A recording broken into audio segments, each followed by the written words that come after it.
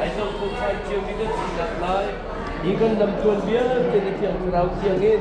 cần phơi cầu tin cần nâng nắp sẽ cần sàn cần dây dùng chúng ngập quên đi số mình nên khá cần chậm các việc mình cần phát triển. Amen. Tu hi Bethlehem agang kaldio se boy su kriya chwana ba kaning kalping halan te machu Palestine deu hun ase tu hi Israel lay people hun ne kal tak lo se there's a different checkpoint. To khas ko he debe sampang panak se deu Leave the bus probably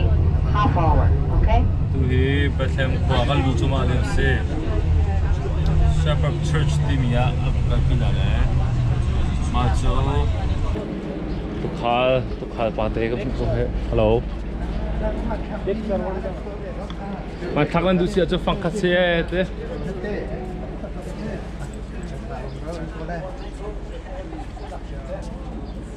Gloria in excelsis Deo. Ba min hani to khal pol ka ti thau nan cha kham tu chok la ti thong tha nak chim nak na kha se ba cha chu chan tak mi jo ya to khal na sina chun wa mi bang ha chu rat le siang parang sin bang ha rat lo ti chong he tam pi rock boy Jesu Christ he mini Zeng andre lo min ha midar min ha mesi fak min ha cha zonga ra ko ti mi takten kam kho nak zong se mi tuk mun pa wa hem biak nan sak arwang cho biak nan sak lo wa chun muslim pol la arab pol ni amun he anlak di ding ban du khelo ta khen ti hem biak nan sak lo khan mun ha kha him tuken adang po zong ni ban visit kho rak nga na khasvetia anwa Look angan penhi chunga ka mumi pamini glory to God in the highest tinakmun tia anzumi to khal pol ba mi rakot nakase ka chunga mi pangalaw mo nga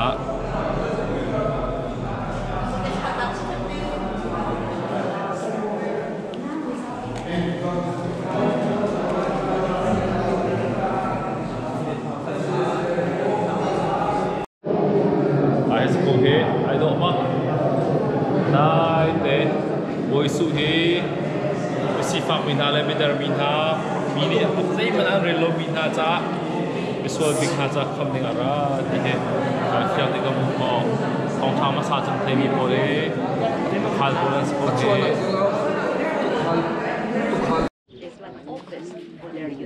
ka zon he to khal pol ni an tu pol an cha ton nak le amma zong I ton nak se wa chunga khen lu to ni him deu in kho nak cha ken an sarmi se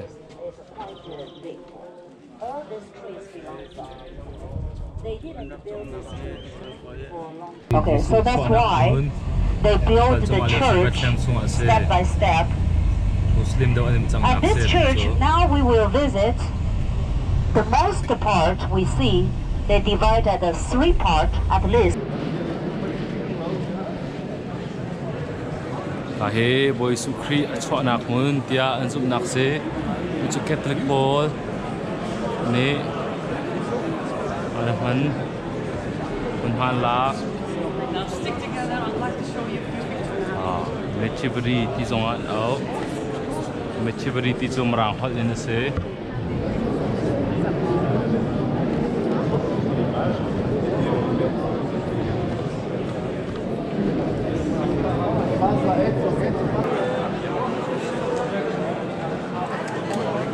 he biakin he Constantine e anu Constantine jo krifa zum na he ram zum na ko se tia atak te ra au bi mi siam parang ase 380 from a hen siam parang rak sele zum tua ai chang among te po ronga khan se sampi cho history azo khonga le ama e anu ni khan I biakin he Jesu Christ a chwa nak ko tia 380 thong a hen arak saktar min ha se ma liu chana yakan sakdan le yakin ตัวด้านที่มีตุกปงสันเดียวเฮียสิตูไลมีกันปุ่มนักมารางพวกนั้นปุ่มนักเป็นตุกเขียนอยากที่รักสักสลาวมาเลว่าจนดีขึ้นรักไทยเลยรักจำรักเสมาเลว่าจนแบบจิสเลยคาสเปเชียนที่พวกนั้นแล้วมาเลว่าจนคริฟาที่มีปะขลองรักเลยแคทริกที่จงรักดีแล้วมาเลว่าจนคริฟาที่มีปะขลองรักมาเป็นตุกเขียนอยากนั้นรักสักตันจะเสกาเขียนเมรีเล่จิสุที่เป็นตุกเขียนผมเป็นเสบอยสุคริโจอัชวักเบที่อาจุมเบมีเจียวปกค่ะอามิเนียมปอลโจบอยสุคริเฮปัจเจียนอัสลาวมนุงอัสลาวปัจเจียนอัสลามนุงบรรทุกราติมตุกนันซุมตรง first century เตคินอดังคริกฟ้าพลังกันซุมนักไอดังตุโจแคทอลิกนักลังกัลเวลัย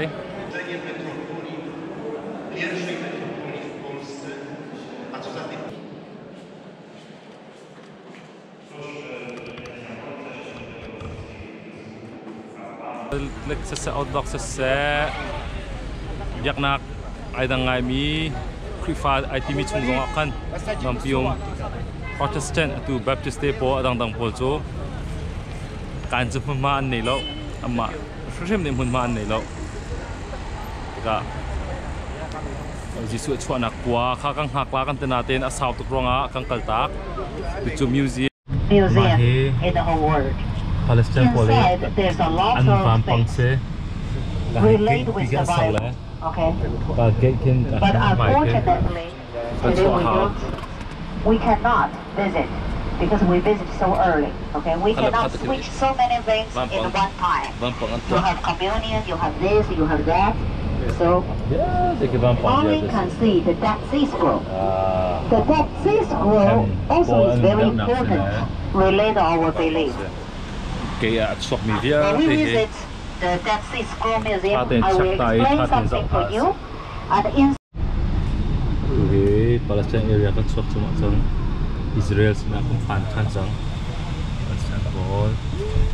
Now we come back to Jerusalem. This is the Israel side. Israel sang Jerusalem kuala kan melutan sang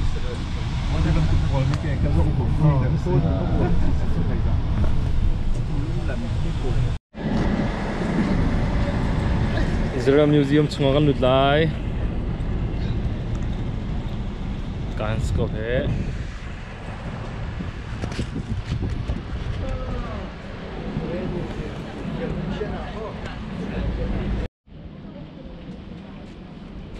tujuh Jerusalem ka second temple Nehemiah temple ni sakmi chana kan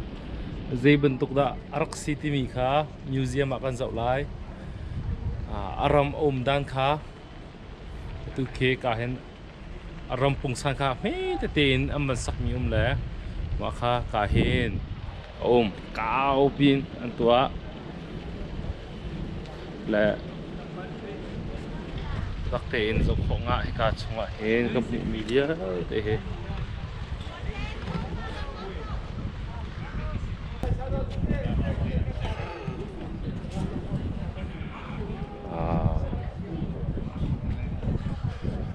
Mahid Jerusalem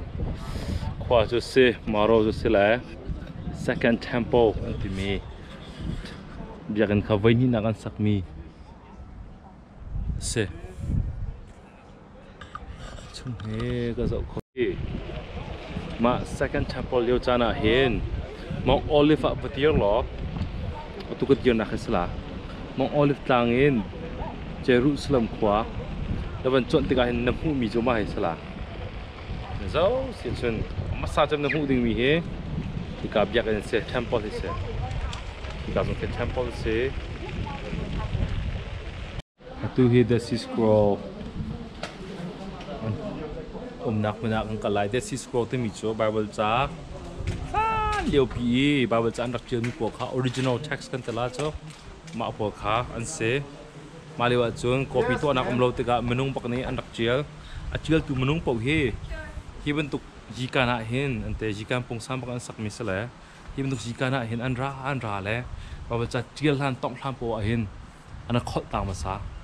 anak khot di cho ampum khat thiang thim ta masa thiang him loi pathiam bia an tong am lo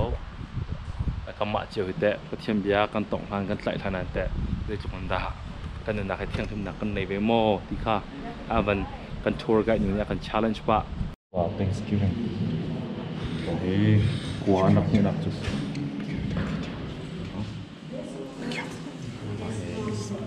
kiran nak so la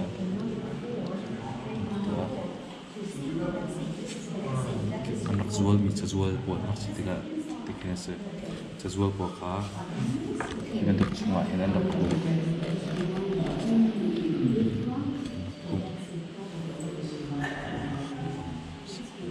1947 roga in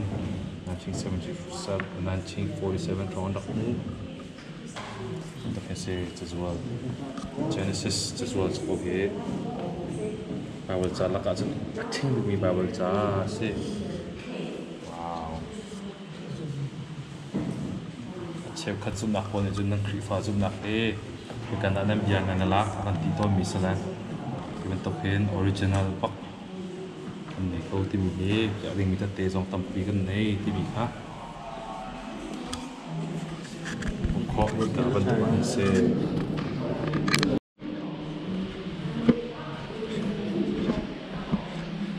museum chung Jesus ko he Koram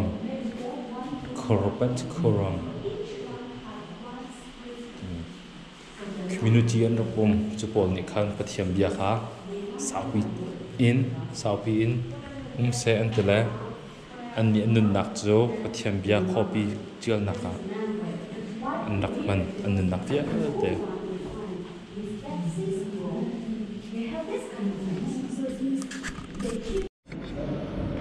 visual just go here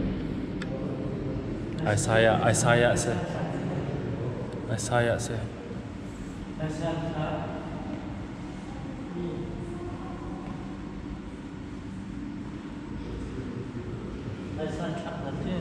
see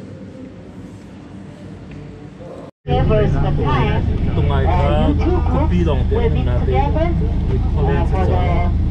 for the Holy Communion. The other 19 probably will believe that is Jesus' buried place because they didn't maybe know that. That's all right, okay. It's not a big deal. So you just know this. This is for our trip today, the last site, okay?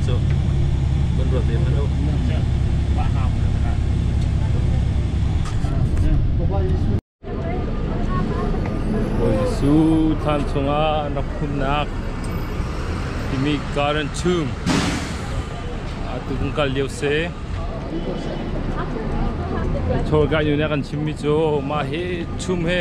kan naphumla tia an ro ko tia mi tampi an ro na se lo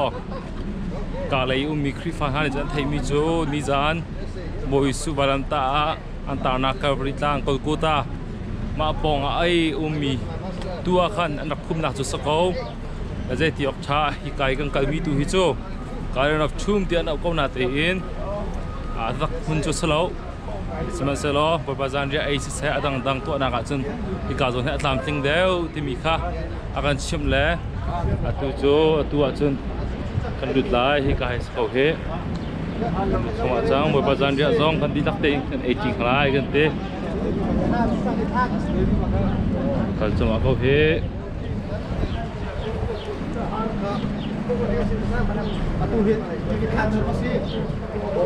boy su khan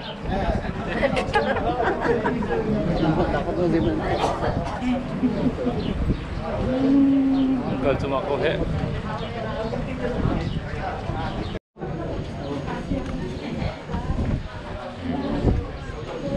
to do tin nak to chak ko he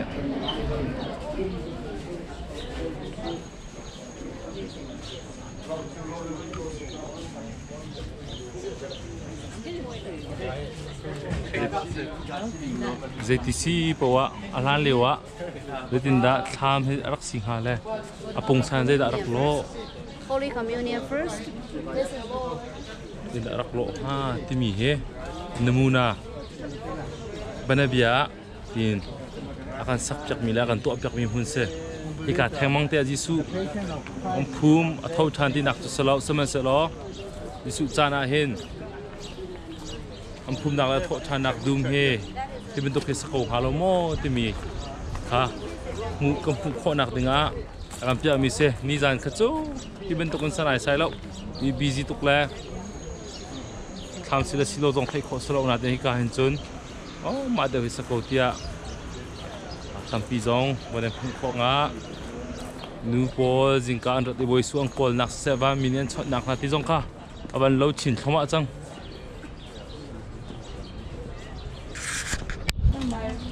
Their hearts were burning within them, but they did not recognize him. And only when Jesus broke the bread and gave it to them, that their eyes were open and they recognized him once again. Our hope and prayer for you all in this place, that your hearts were burning inside you and you recognize him once again as the Lord, as your Lord and your Savior, and the Savior of the world. Thank you so much for your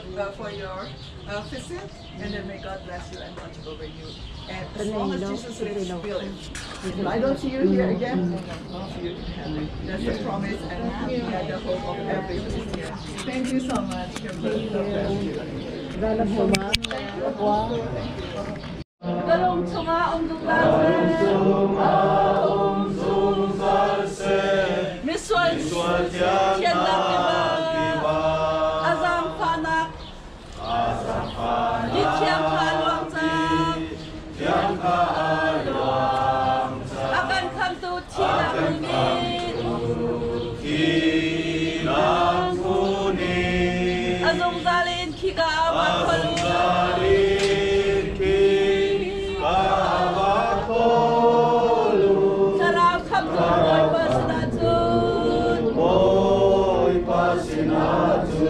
akan kam tuan hak tungin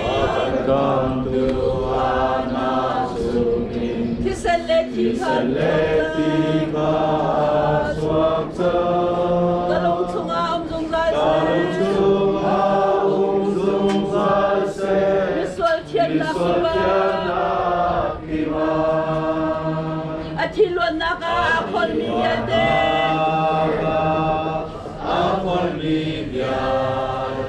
answal horha bangat tiang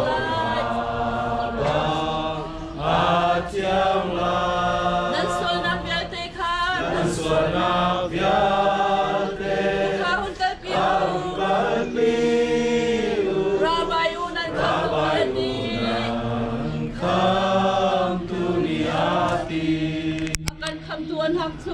akan kam tuan hak sungin kisan leti ka swaksa galong tunga zong se miswal tian nak siba katawe dilai lau swal nak tunga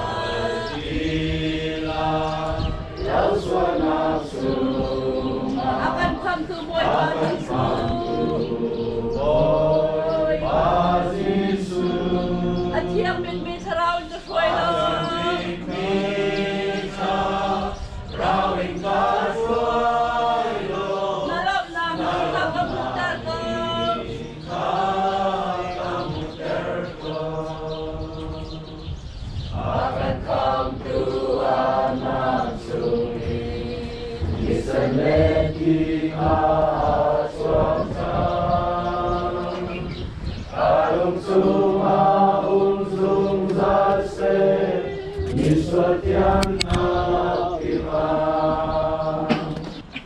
Bawipa Yesu Christ azul tu hasu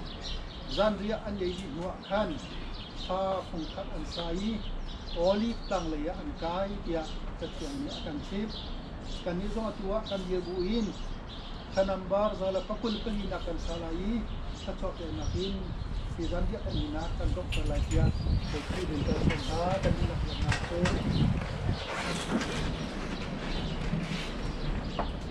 Emmanuel theory chungin system di baalo. Chungin di san di baalo.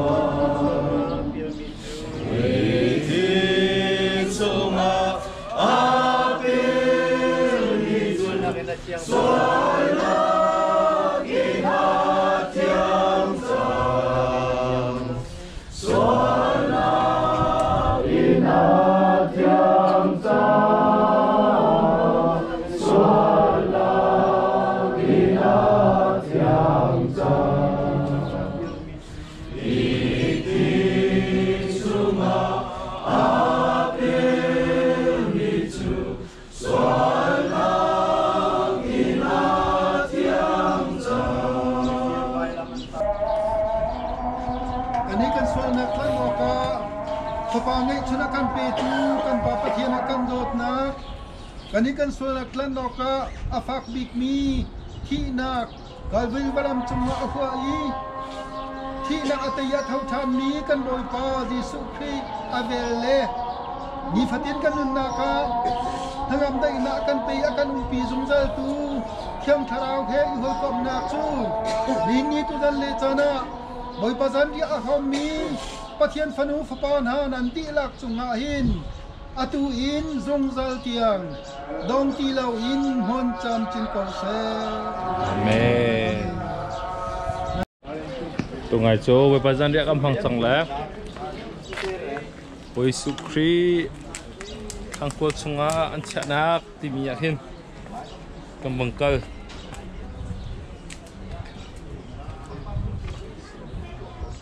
tha ti nak an tam mo ipyak I am the way, the truth, and the life.